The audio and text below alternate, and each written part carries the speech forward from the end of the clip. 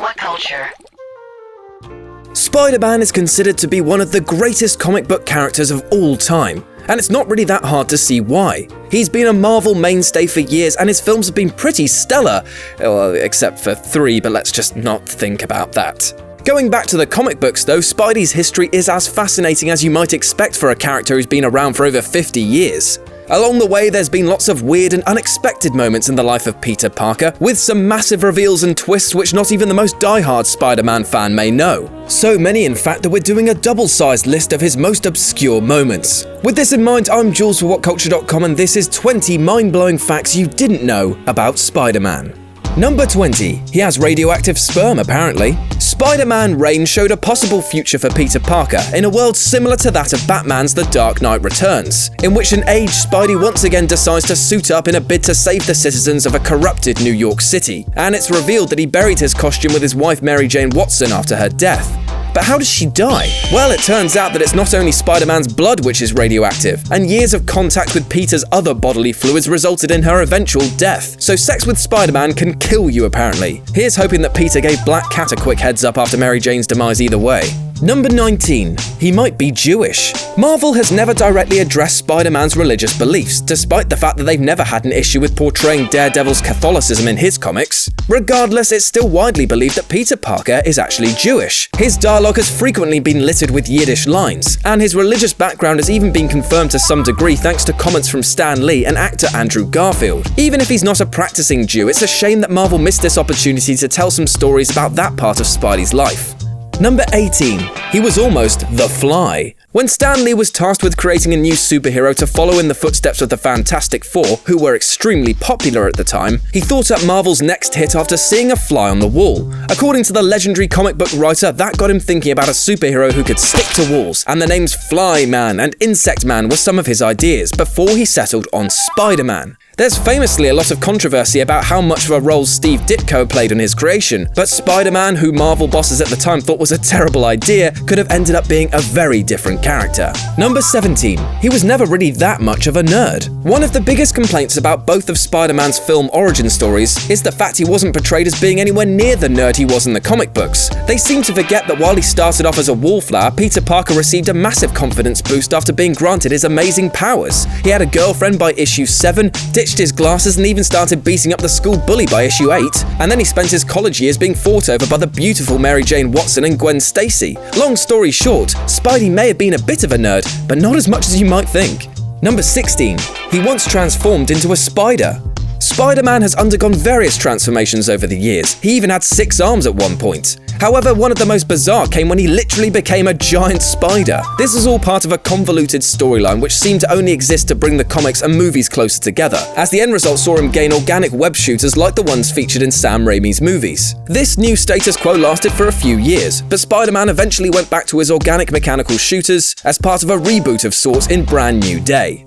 Number 15. He has a clone. The 90s was a bit of a dark and weird time for comic book fans, with Spider-Man in particular suffering from the divisive and convoluted clone saga. Picking up on a plot thread from the 70s, Spidey discovered that he wasn't actually the real Peter Parker. Instead, he was a clone, and the original Peter had been living his life elsewhere as Ben Reilly for the last few years. Things got even more baffling with the introduction of additional clones and a pregnant Mary Jane. Despite the fact it was ultimately revealed that Ben was the clone, stories like the Clone Saga were what very nearly put Marvel out of business during this period. Number 14. His greatest enemy got his girlfriend pregnant. One of the most controversial Spider-Man stories of all time, it was revealed in Sin's past that Gwen Stacy had had an affair with a middle-aged Norman Osborn. She fled to Europe and had twins in secret, but the Goblin's serum in their system caused them to age rapidly, and they returned years later to try and kill Spider-Man after Norman successfully found and brainwashed them. The story also revealed that Peter and Gwen had never had sex, and many fans felt like it completely ruined the legacy of one of the only handful of characters who've actually remained dead.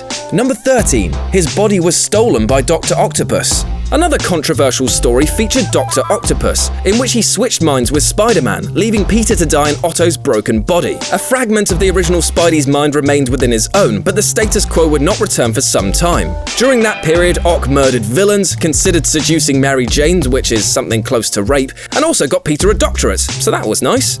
Bizarrely, pretty much no one noticed that their friend was acting and speaking completely differently, and while the superior Spider-Man had his fans, most were very relieved when Peter once again took control of his body. Number 12. He has a way with the ladies. Peter Parker has suffered many tragedies during his time as Spider-Man, but at least he's found comfort with plenty of beautiful women.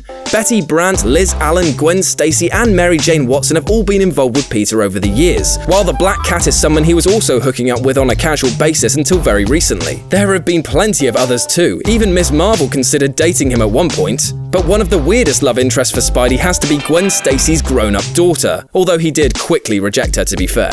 Number 11. He has a genius-level intellect. Peter Parker was always a science whiz, but he spent most of his comic book life unemployed or working for the Daily Bugle as a photographer. Spider-Man would often come up with clever ways of defeating his villains, but it wasn't until he started working for Horizon Labs that Peter was really able to let his genius-level intellect shine. Now, Spidey has a doctorate and runs Parker Industries. The company is currently looking for ways to cure supervillains of their powers, but most fans are waiting to see Peter become one of the Marvel Universe's greatest minds alongside the likes of Tony Stark and Reed Richards. Number 10. He was a member of the Fantastic Four.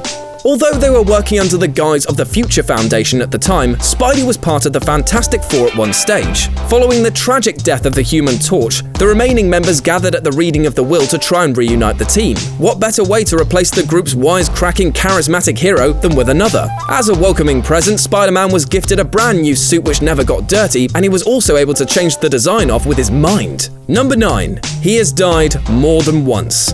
Spider-Man has died a few times now, but it's never really taken him too long to return. One notable example is The Other. Beaten within an inch of his life by a villain called Morlun, a broken and one-eyed Peter Parker mustered up his last bit of energy to kill the villain and save his wife Mary Jane Watson. So how long did it take for him to return? 2 issues.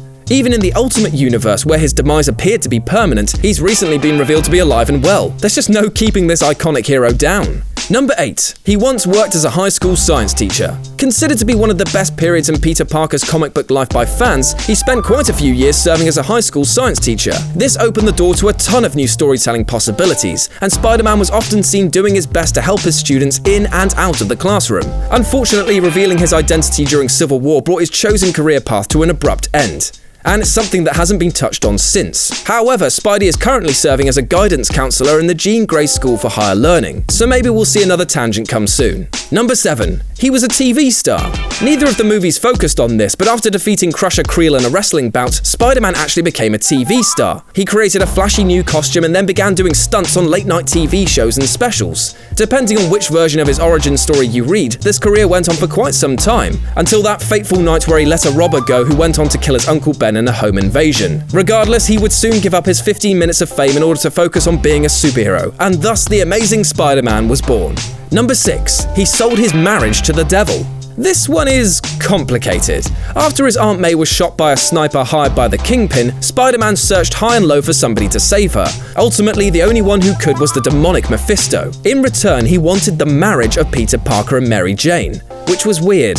It was all just done so that Marvel could reboot Spider-Man and make him younger and freeing him from being a married man. Fans weren't exactly happy, but it also resulted in a crazily convoluted explanation for why nobody remembered Spider-Man unmasking during Civil War. Basically, nobody remembers it, but if he unmasks in front of them, they suddenly do. Number 5. His powers are also mystic in nature. You might think that it was a radioactive spider which granted Peter Parker his extraordinary abilities, but it turns out that the spider already had the ability to transfer those powers. The radiation just caused it to die. In actual fact, an ancient force had already chosen him to become Spider-Man, and he acts as a totem. This is why so many of his enemies have been animalistic in nature: Rhino, Vulture, etc.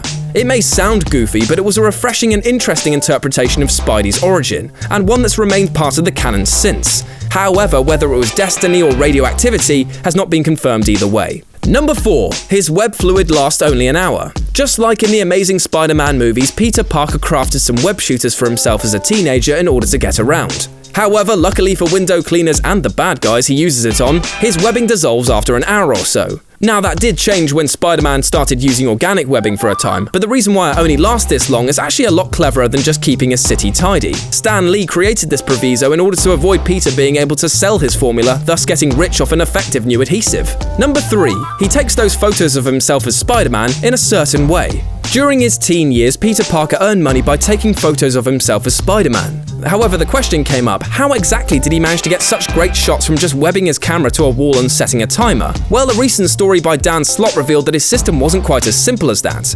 Instead, Peter sewed a sensor into his costume which would make his camera take a few shots each time he passed in front of the lens. It's a strangely convoluted explanation, but it does explain how he was always able to get the photos that the professionals simply couldn't. Number 2.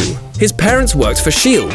Fans already knew that Peter Parker was an orphan, but it was revealed in the late 60s that there was more to his parents than meets the eye. Richard and Mary Parker were revealed to be government agents, serving as heroes long before their son suited up as Spider-Man. Funnily enough though, his parents were actually responsible for the first team-up between Spidey and Wolverine. A pregnant Mary and her husband actually saved Wolverine during a mission, but they were later killed by the Red Skull after their son was born. Robot versions of these two were introduced at one point, but the less said about that story the better. And number 1, he wasn't Marvel's first Spider-Man.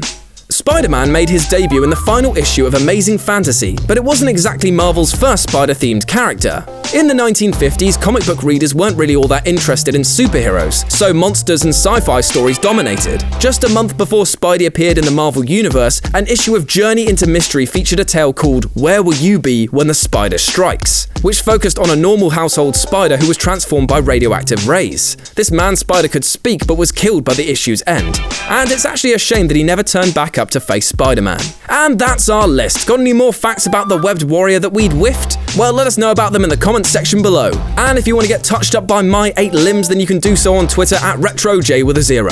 As always, I've been Jules for Whatculture.com, and I'll speak to you soon.